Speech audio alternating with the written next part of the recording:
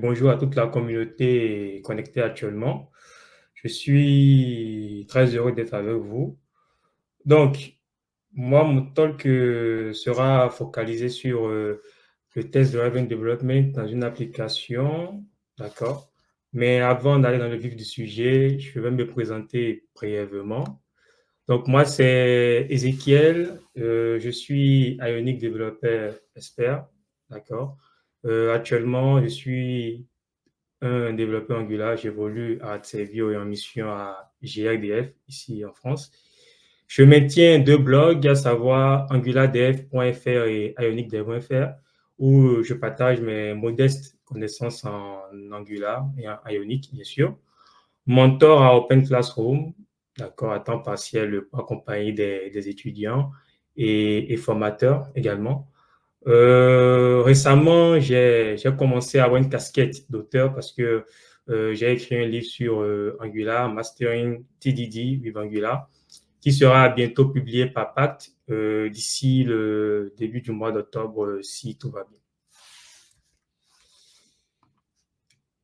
OK, donc avant de parler concrètement du TDD, on va commencer d'abord par voir un peu qu'est-ce qui se passe lorsqu'on décide de développer une application sans utiliser cette méthodologie.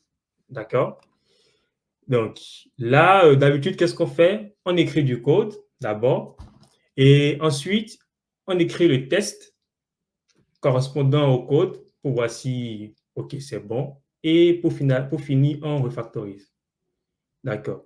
Donc, ça, c'est problématique parce que généralement, on est obligé, très souvent, de modifier notre test pour que notre code passe. Donc, on n'est pas en mesure de dire si effectivement le code que nous avons écrit est optimisé ou pas.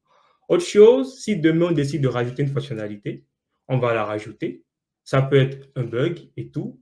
On ne sera pas capable de détecter ça très rapidement. On va écrire le code associé et on continue le cycle. D'accord. Donc, en faisant comme ça, on aura du mal, d'accord, à faire scaler notre application lorsqu'on sera dans le besoin de faire de la maintenance évolutive ou même corrective également.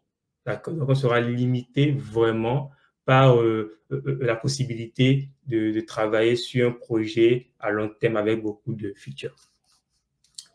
L'autre chose qu'on peut voir également, c'est une application qu'on développe orientée uniquement test first. Donc, en gros, quand on dit test first, c'est quoi? C'est-à-dire qu'on écrit les tests exhaustifs, d'accord, par rapport à la feature qu'on développe. On écrit ensuite le code associé à ce test-là et on refactorise. Autrement dit, j'ai une user story, je prends la user story et je dois m'assurer d'écrire tous les tests possibles par rapport à cette user story. Autrement dit, lorsque je n'ai pas étudié tous les cas possibles de test, je ne dois pas normalement commencer à écrire le code associé. Là, vous voyez que quand je suis dans une méthodologie agile, où je sais que la story peut changer à tout moment, ça devient très, très embêtant. Parce que là, il faut que j'ai une user story carrée. Or, dans une méthodologie agile, on ne peut pas forcément, on sait ce qu'on veut faire, d'accord? On sait qu'on fait une telle application, mais par rapport à la feature, on ne sait pas comment cette feature-là peut évoluer dans le futur ou pas. D'accord? Donc, on n'a pas l'horizon, mais on sait quand même là où on va. Donc, du coup, cette façon de faire est anti-pattern quand on veut progresser dans une application futuriste avec une méthodologie très agile. D'accord.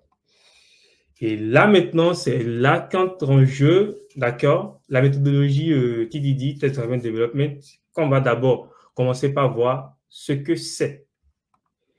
Donc, le TDD, c'est quoi? Déjà, ce n'est pas un design pattern. Donc, pour tous ceux qui pensent que c'est un design pattern, ce n'est pas un design pattern. C'est une méthodologie, d'accord, dynamique qui permet de développer des logiciels, d'accord, en donnant la priorité à la création incrémentale. Donc ici, on écrit les tests de façon incrémentale, au fur et à mesure que le code minimaliste associé, d'accord, y est, tout en se conformant à la user story. Parce qu'après tout, qu'est-ce qu'on veut délivrer? On veut délivrer un livrable qui répond aux besoins. à un temps T. Donc, au fur et à mesure que j'écris du test plutôt, je dois écrire le code associé et j'évolue comme ça, step by step. Je n'invente pas un code, je n'invente pas un test.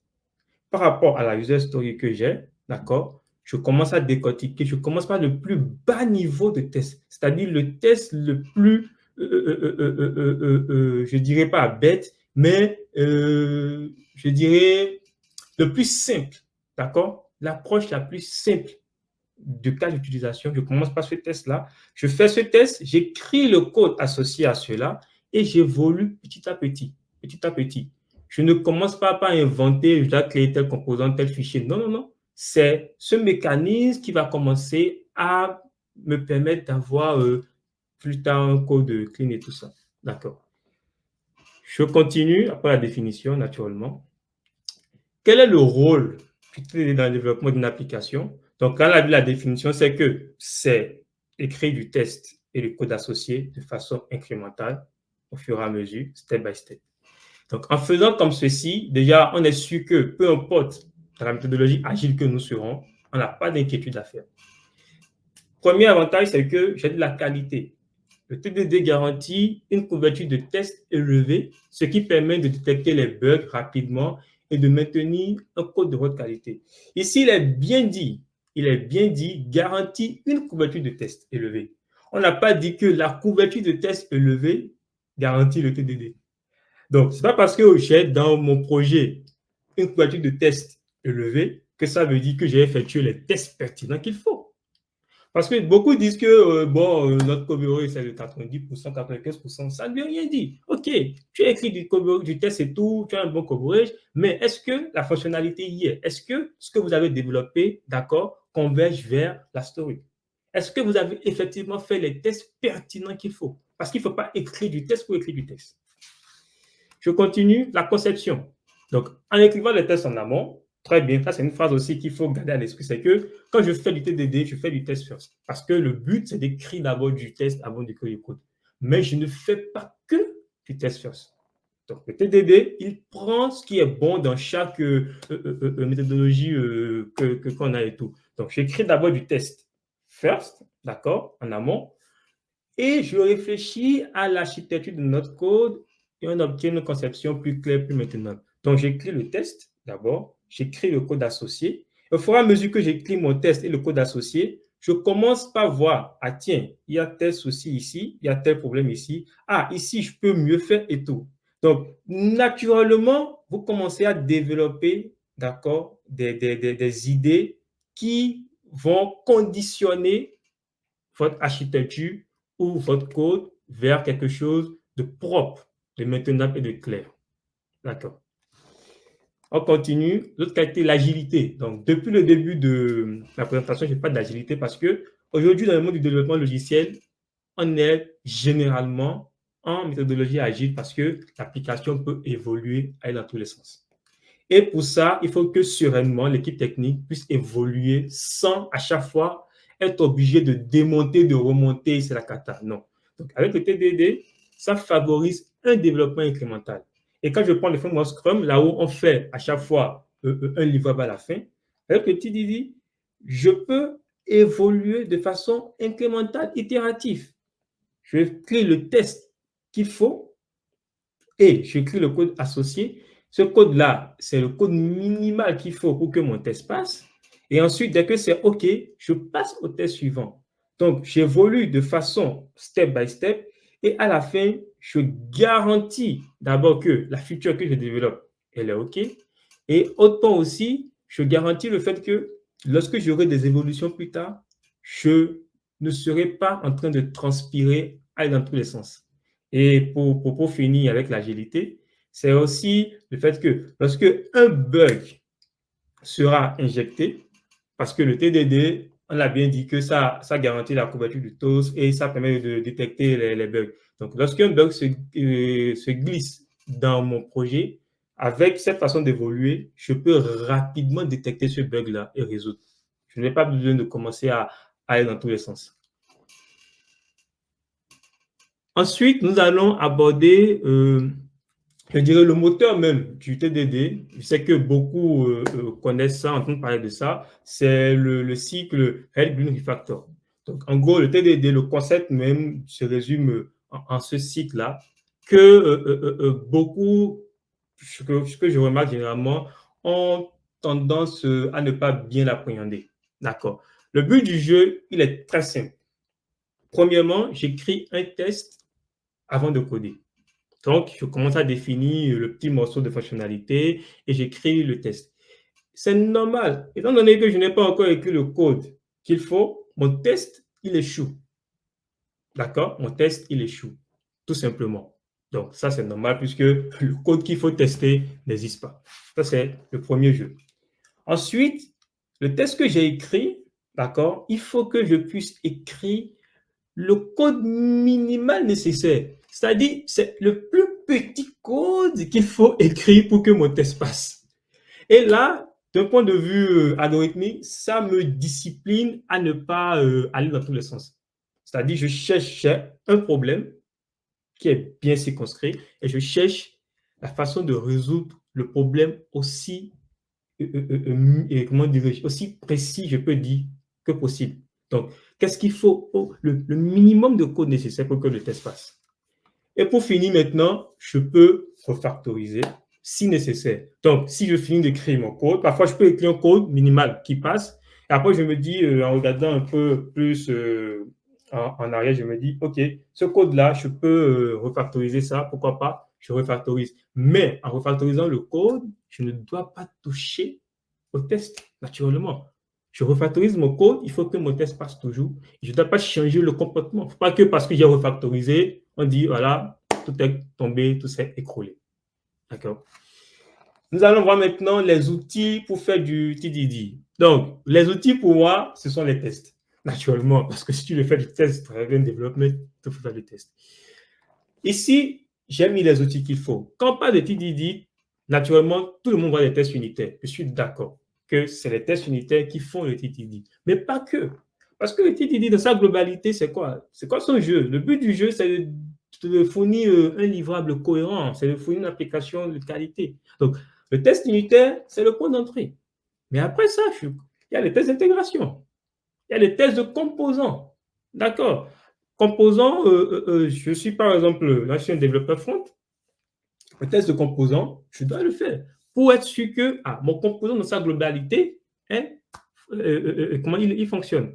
Le test end-to-end, ça c'est crucial parce qu'à la fin du but à la fin du jeu, c'est quoi? C'est de délivrer un livrable cohérent à la user story qu'on a.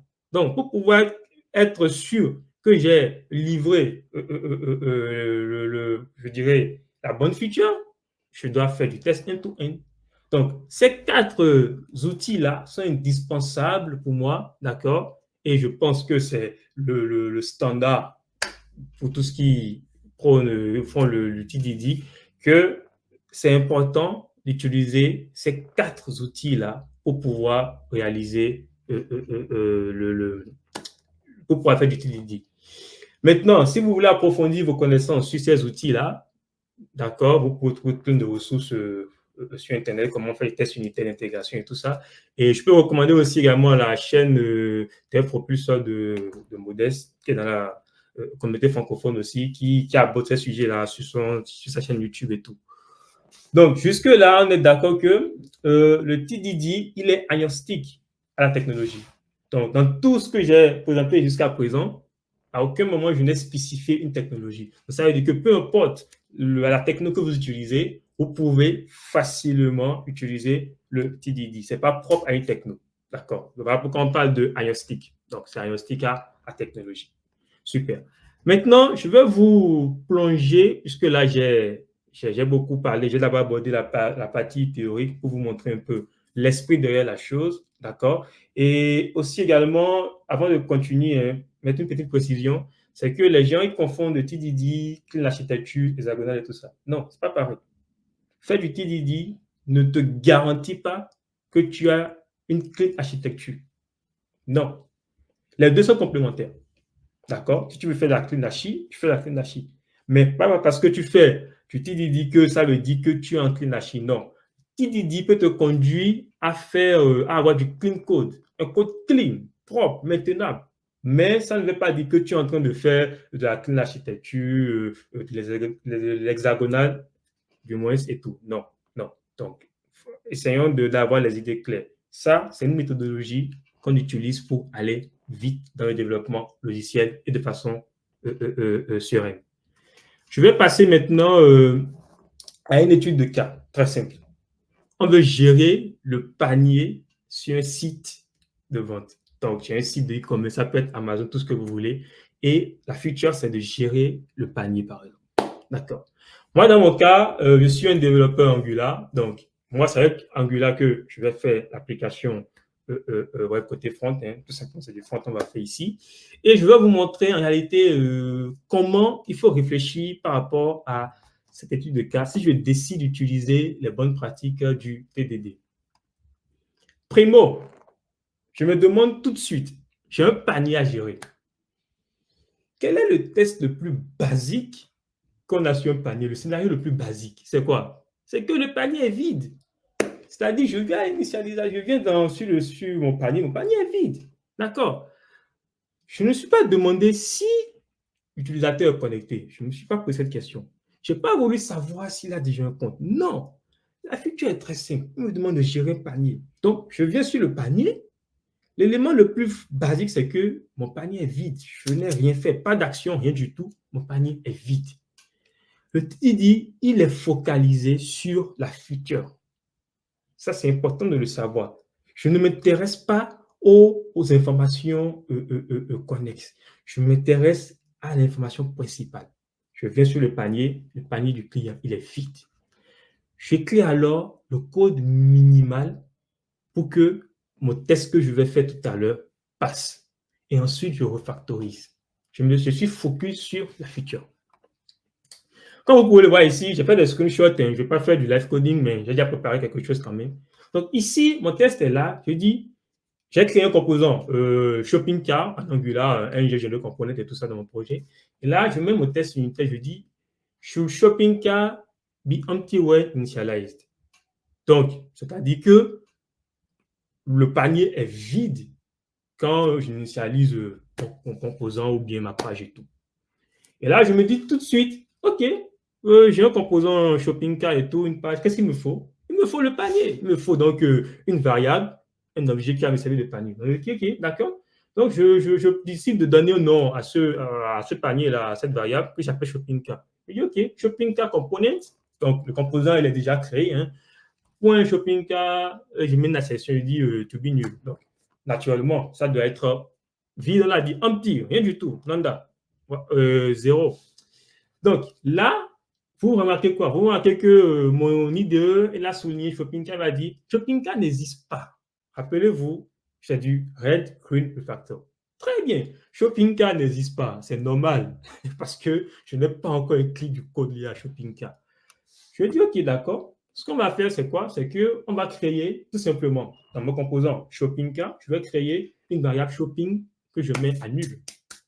Parce que mon test, c'est quoi? C'est qu'à l'initialisation, c'est nul. Je le mets à nul. Tout simple, hein? Très simple, pas de stress, banal. Et là, qu'est-ce que je me rends compte que après mon IDE, dans la partie du fichier test, shopping cart il passe à violet, ça veut dire qu'il a reconnu la variable que j'ai déclarée. Super, tout marche. C'est bien. Donc là, j'ai écrit quoi? Le premier test de mon panier. Je ne me suis pas intéressé à est-ce que le user est connecté? Est-ce qu'il n'est pas? Non. TDD, orienté futur. Je me focalise sur l'essentiel et l'objectif, je ne perds pas de vue. C'est que je dois gérer le panier. Donc, je passe step by step. Les tests les plus basiques. J'évolue. Ensuite, je me demande, OK, là maintenant, d'accord, mon panier est vide. Le panier est vide, ça implique que le prix total de mon panier, il doit être comment? Il doit être vide parce que je n'ai pas ajouté de produit. OK, d'accord, on y va. Donc là, je dis, d'accord, dans mon test, je dis champion, lorsque le panier est vide, je veux que le prix total soit vide. J'ai écrit le test. Je suis toujours dans le composant. Hein. Je n'ai pas encore pensé modèle, service et intercepteur de requête. Non, rien du tout. Je suis focus sur quoi? La feature. Donc là, ça me dit total price. Je dis total price, OK. Il me dit, ça n'existe pas non plus. C'est normal. C'est normal. Je n'ai pas encore écrit le code, rien du tout, pas de déclaration. Je reviens dans mon composant, je lui dis total price égale à 0. Tout simplement, banal. Rien d'extra. Et là, il me dit, OK, super, c'est bon, il reconnaît. Et là, le test passe hein, parce que j'ai lancé la commande npm test à la console. Et là, jusque-là, je suis un dev front. À aucun moment, je n'ai pas encore touché un navigateur. Je n'ai pas démarré un navigateur pour quelque que ce soit. Je suis resté dans mon IDE avec mon terminal de Webstone démarré là. Très bien. On continue. Donc, j'ai mon panier qui est vide. Quand mon panier est vide, c'est bon. Le prix total aussi, il est à 0. C'est banal. J'évolue. Là, je me dis, OK, maintenant que je sais qu'à l'initialisation, mon panier il est vide et que le prix total est 0, pas de souci. Je veux maintenant essayer de rajouter un produit. Donc, l'utilisateur, il rajoute maintenant un produit au panier. D'accord? Donc, ça, c'est le test qu'il fait. Donc, quand je viens sur un site de e-commerce, mon panier est vide. Ensuite, je rajoute un produit. OK, on prend un produit. Je rajoute un produit. OK, on continue. Donc là, je me suis dit, OK, ça devient intéressant. Le test, c'est de rajouter un produit. Donc, dans mon test ici, désolé, ce n'est pas très visible, mais c'est should add. Donc, je dois ajouter un produit. Quand je ne veux pas d'ajout, ça veut dire que je fais une action. Jusque-là, je n'ai pas fait d'action. Panier vide, prix 0. Mais là, j'ajoute, je fais une action. Très bien. Donc, je me suis dit, OK, un produit, on sait tous qu'un produit, c'est avoir un ID, un nom et un prix. Donc là, j'ai dit, l'ID, c'est my awesome product, name, my awesome product et le prix. Banal, un produit classique.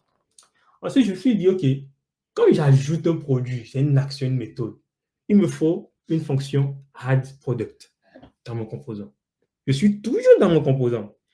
Et là, je fais ça et je mets une section. Bon, oublie d'abord la section. Je mets add product. Il me dit, ah tiens, add product n'existe pas dans ton code. C'est normal parce que je n'ai pas encore créé de code. Donc là, le test m'a fait penser directement à ce fait que le fait d'ajouter un produit, ça fait appel à une méthode. Ensuite, je lui dis, OK, quand j'ajoute le produit, il faut que je sache que j'ai ajouté un produit. Et comment je sais que j'ai ajouté un produit? C'est que mon objet, mon panier shopping cart que j'ai créé doit avoir le produit comme valeur. Je suis sur un produit.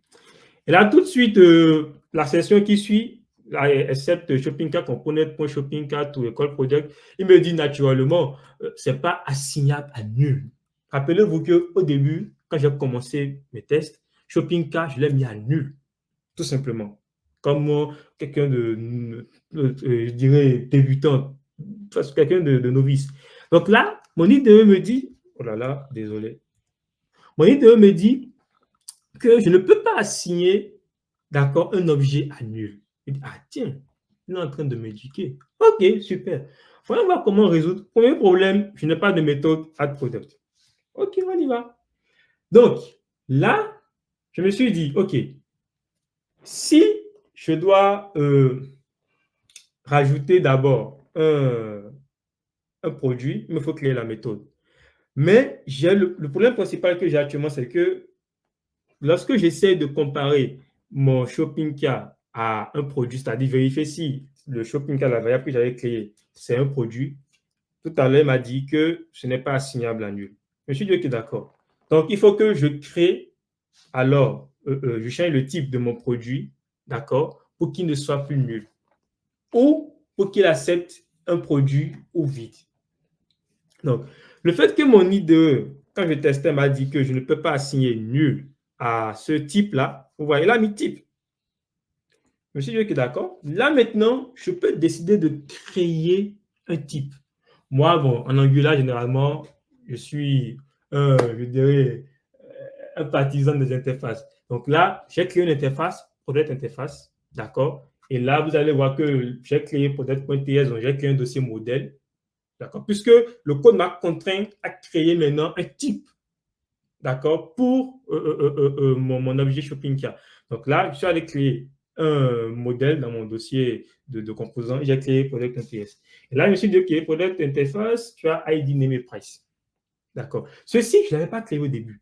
Parce qu'à aucun moment de mes tests, d'accord, en appliquant le TDD, j'en avais eu besoin. Non. Mais là, le besoin s'impose parce que je ne peux pas affecter un produit, d'accord, à une variable qui est nulle. Parce que quand je dis égal à nul directement sans préciser le type, c'est que ma variable de base, elle a un type, je dirais, nul. Donc là, maintenant, je dis, OK, dans ce cas, je vais typer product interface. D'accord? Je vais prendre shopping cart, je donne comme type product interface. Et quand vous faites ça, d'accord, vous aurez des erreurs au niveau du test. Pourquoi? Parce que le test qui avait précédé, elle avait testé to be nul et tout ça. Donc, pour garder l'authenticité, la conformité du fait que mon shopping cart à l'initialisation plutôt est nul, d'accord, je fais l'union de deux types et je affecte nul. Cette ligne de code que j'ai rajoutée, j'ai fait quoi là? J'ai fait du refactoring. Le test m'a obligé à refactoriser mon code. Et en refactorisant mon code, j'ai gardé le comportement. D'accord? Donc là, on voit ici que mon expect ici, la session que j'ai, to call product, je n'ai pas d'erreur. Très bien. Le problème qui persiste, c'est le add product, c'est-à-dire la méthode. Je n'ai pas encore créé de méthode. Et donc ici, là, comme vous pouvez le voir, puisque j'ai collé les screenshots, désolé pour avoir de l'espace. Là, dans mon composant, j'ai créé add product. Qu'est-ce qu'il fait? Il prend un produit et tout ce que je fais, c'est de dire que le produit que tu as ajouté, d'accord, tu l'affectes à shopping cart. C'est normal. Il a ajouté un produit. Je me suis concentré sur un produit. J'ai un produit, j'ai ajouté au panier, tout simplement. Et là, je vois vraiment que mon test, il passe. Add product est bon, ça, c'est bon, tout est bon. Je me suis concentré sur un produit. Donc, l'ajout de produits existants m'a contraint à revoir ma déclaration de produit. Je n'ai pas modifié mon test pour que le to be nul de mon product, de mon shopping cart empty soit accepté. Je n'ai pas modifié le test. J'ai modifié mon code pour que ce code garde le même comportement jusque-là.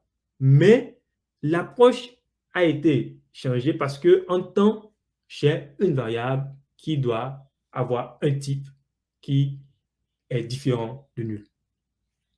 Très bien. Là, je continue.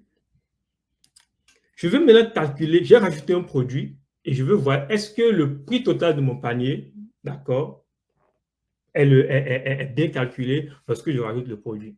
Donc, le panier était vide.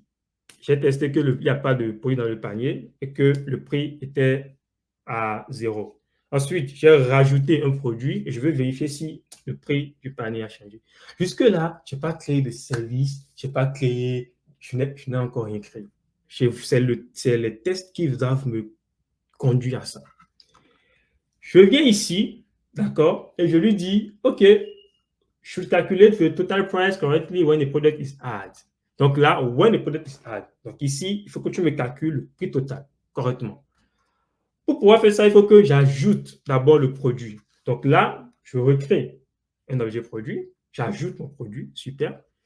Je vérifie que le panier, il contient bien le produit à travers ma variable, mon objet shopping cart. Et là, qu'est-ce que je dois faire? Je dois tester si le prix total correspond à quoi? Au prix du produit. On ne teste pas de façon naïve. J'ai rajouté un produit dans le panier. Je sais que le produit, son prix doit correspondre au prix total. L'intelligence humaine n'empêche pas d'être utilisée ici quand on fait du TDD. Il faut réfléchir. Donc, ici, quand je fais ça tout banalement dans mon test, il me dit, attention champion, le prix total ne correspond pas. Il me dit 0 to equal 20. C'est normal. Pourquoi? Parce que 0, c'est le prix total de mon composant. À aucun moment, je n'ai modifié total price.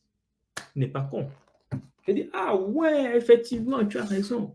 Donc, ça veut dire que si j'ajoute un produit au panier, je dois recalculer le prix dans mon composant. C'est logique. Je ne l'ai pas fait et tu l'as soulevé. Intelligent garçon. On continue. Et là, je me retrouve dans quoi? Je me retrouve à modifier ici, regardez bien, add product. en lui disant total price, product price. Et quand je fais ça tout de suite, il y a quelque chose qui m'interpelle. Je dis attention, la méthode c'est add product. Est-ce que l'ajout du produit doit entraîner le calcul du prix? Est-ce que c'est dans la méthode du produit que je calcule le prix? Et je me dis, mais là, non. Parce que là, on dit quoi? Single responsibility. La fonction add product ne doit pas calculer le prix. Donc, cette ligne de code-là, ça fait que mon test passe, mais ça me pose un problème par rapport au principe solide. C'est pour dire que, c'est pas parce que tu fais du TDD que tu ne dois pas converger vers les autres principes que tu connais. Parce que tous ces principes-là, d'accord, sont complémentaires. Et tout de suite, je me dis, ah non, je ne peux pas accepter que je puisse mettre cette ligne de code-là dans une méthode qui fait qu'ajouter, qui ne calcule pas le prix. Et là, je commence à me poser des questions. Je me dis, tiens, le produit, il est quoi? Le produit, c'est un objet. OK. Pourquoi je ne délègue pas la responsabilité, d'accord, à une classe, tout simplement, qui fait quoi? Qui gère l'ajout d'un produit au panier, qui peut gérer aussi naturellement je voulais dire du mot product, je ne vais pas dire la soustraction, mais le fait de, bon oui, de soustraire un article du panier, et c'est plutôt cette classe-là qui va s'occuper du calcul du prix. Parce que un product ne doit pas gérer ça. Le calcul du prix, il doit être je dirais, indépendant, d'accord, de l'ajout du produit. Donc, vous voyez que le test driven development m'a conduit maintenant à faire, à écrire une ligne de code qui est en train de me remettre en question par rapport à d'autres principes, d'accord, d'autres standards du développement que je connais, d'accord. Donc, là, tout de suite, c'est maintenant que j'irai maintenant créer une classe product. D'accord? Ou je peux l'appeler également car, une classe carte, tout simplement pour gérer mon panier. Je suis en train de développer une application Angular. À aucun moment, je n'ai encore écrit du code HTML actuellement sur ce projet-là. Pourquoi? Parce que le code HTML que je vais écrire, c'est de l'interface utilisateur. Tout ce que je ferai après, c'est quoi? C'est d'associer les méthodes de mon composant au templating à travers les actions là-bas. D'accord? Mais est-ce que ça empêche que déjà je puisse tester mon panier, tout ce qu'on vient de faire là, sans cliquer? Je n'ai pas besoin de cliquer. Voilà pourquoi on dit généralement que quand tu fais du TDD, tu n'ouvres presque pas ton navigateur. Presque pas. Parce que la seule raison pour laquelle tu ouvres le navigateur, ce n'est pas pour regarder les consoles.log. Je suis désolé. Hein. Avec ceci, ça t'évite les consoles.log. C'est pour aller voir ton interface et commencer à faire les clics. Le responsive, oui, tu en as besoin pour du responsive. Mais les actions derrière, d'accord, ceci te garantit déjà en amont que ton code image. Maintenant, si tu veux tester l'interaction sur ton navigateur, qu'est-ce que tu fais? Mais tu fais appel à des tests end-to-end. Tu utilises Cypress. Et Cypress, tu lui demandes, OK, champion, émule-moi la user story. C'est A à Z. Il vient, il clique, il clique, il clique. D'accord. Mais là, au moins, je suis, comment dire, je suis serein dans le développement de mon application. Comme vous pouvez le voir, je crée les fichiers, les services, les classes, tout ce que vous voulez, suivant le besoin. Si le besoin ne s'exprime pas, je ne crée pas. Et ça m'évite quoi? Ça m'évite de créer du code inutile. D'accord. Donc là c'est bon, hein, tout passe et tout, mais j'ai un souci lié à la responsabilité single. Donc, quand je vais maintenant mettre en place ma classe, on est d'accord que ici, d'accord, là où j'ajoute le produit, je n'aurai plus ça. J'aurai carrément un objet product où je vais faire new product ou bien ce que vous voulez. Et là, je vais récupérer. Parce que même le shopping cart, même l'objet produit, c'est un objet, d'accord, mais il ne doit pas être directement géré, d'accord, dans mon composant. Je le sais parce que l'expérience a fait. Mais si je dois commencer, comme je vous l'ai montré, c'est une déduction, d'accord, je dirais, je cherche le mot là. C'est-à-dire une déduction qui se fait là, incrémentale, au fur et à mesure. Donc là, j'ai l'autre test à faire, c'est quoi? C'est rajouter plusieurs produits. Donc là, j'ai commencé aucun produit, un produit, plusieurs produits. Plusieurs produits interpellent que naturellement, il me faut un tableau. Donc lorsque j'ai directement pris le cas de gérer un panier, je ne me suis pas directement dit j'ajoute zéro ou plusieurs produits. Je n'ai pas dit ça.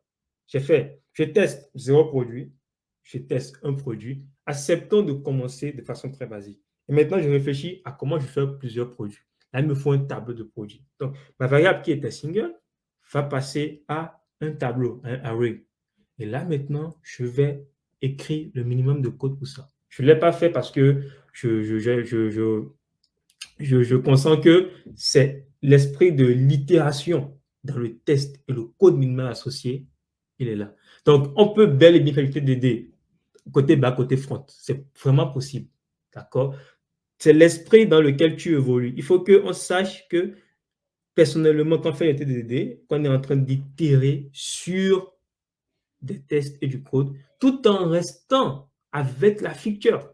Parce que ne faites pas le TDD, tu fais le TDD, tu as écrit ton code, ton test, tout est bon, et le QA te dit la feature ne fonctionne pas, mais le PO te dit ce n'est pas le résultat attendu. Tu vois, c'est l'échec total. Il faut que la feature soit toujours dans ton champ de vision et que tu évolues toujours par rapport à la feature. D'accord. Et il faut pas comment dirais-je, écrire du code dans le futur. C'est ça qui bloque souvent les devs. C'est-à-dire, quand on commence à développer une application, on pense futur. Je dis non. Ne règle pas un problème. D'accord? Non, ne mets pas en place une solution pour un problème qui n'existe pas encore. J'aime beaucoup cette phrase-là. Parce que tu es en train de résoudre, mettre en place une solution pour un problème inexistant. Non, non. Que le développement que tu fais, le code que tu écris, t'amène à soulever cette hypothèse de problème-là. Mais ne dis pas qu'à l'avenir. Non, non, non, non. En faisant ça, on écrit parfois trop de code inutile et on a des problèmes de performance. D'accord? Donc, c'est ce que moi j'ai à partager aujourd'hui avec vous sur le TDD. Je vais continuer même, après avoir fait sur plusieurs produits, on va calculer le prix. Donc, j'évolue de façon itérative à chaque fois. Itérative, step by step, step by step. Donc, c'est tout pour le talk et tout. J'espère que le message est passé. C'est un sujet qui est très en vogue depuis un moment, partout sur LinkedIn et tout ça. Si vous avez des questions, n'hésitez pas à m'écrire sur LinkedIn X. Vous allez juste taper mon nom, vous allez me retrouver et tout, d'accord?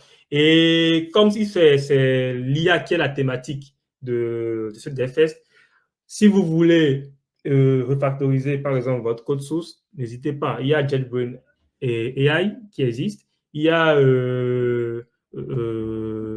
Gemini qui est là.